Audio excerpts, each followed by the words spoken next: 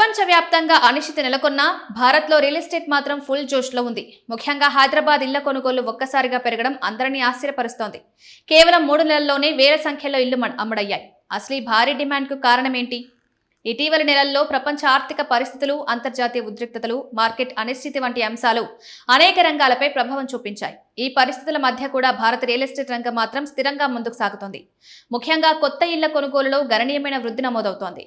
ఈ ఆర్థిక సంవత్సరంలోని తొలి త్రైమాసికంలో దేశవ్యాప్తంగా ప్రధాన నగరాల్లో ఇళ్ల విక్రయాలు గతేడాదితో పోలిస్తే గణనీయంగా పెరిగాయి.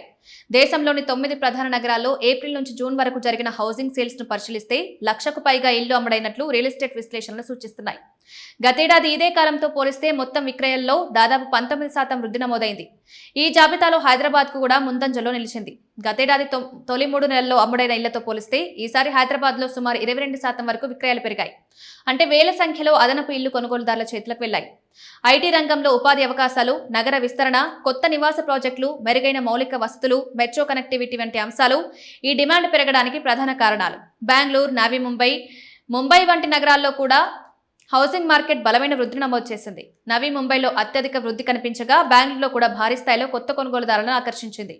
డెవలపర్లు మార్కెట్లో ఉన్న డిమాండ్ దృష్టిలో పెట్టుకుని కొత్త హౌసింగ్ ప్రాజెక్టులు తీసుకువస్తున్నారు. దీంతో కొత్త ఇళ్ల సరఫరా కూడా గణనీయంగా పెరిగింది.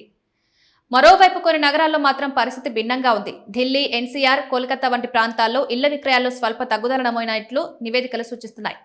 అంటే దేశవ్యాప్తంగా ఒకే విధమైన పరిస్థితి కాకుండా నగరాన్ని బట్టి మార్కెట్ ట్రెండ్ మారుతున్నట్టు తెలుస్తోంది. ప్రపంచ ఆర్థిక అనిశ్చితి ఉన్నప్పటికీ భారత రియల్ ఎస్టేట్ రంగం ఇప్పటికీ బలంగా కొనసాగుతోంది.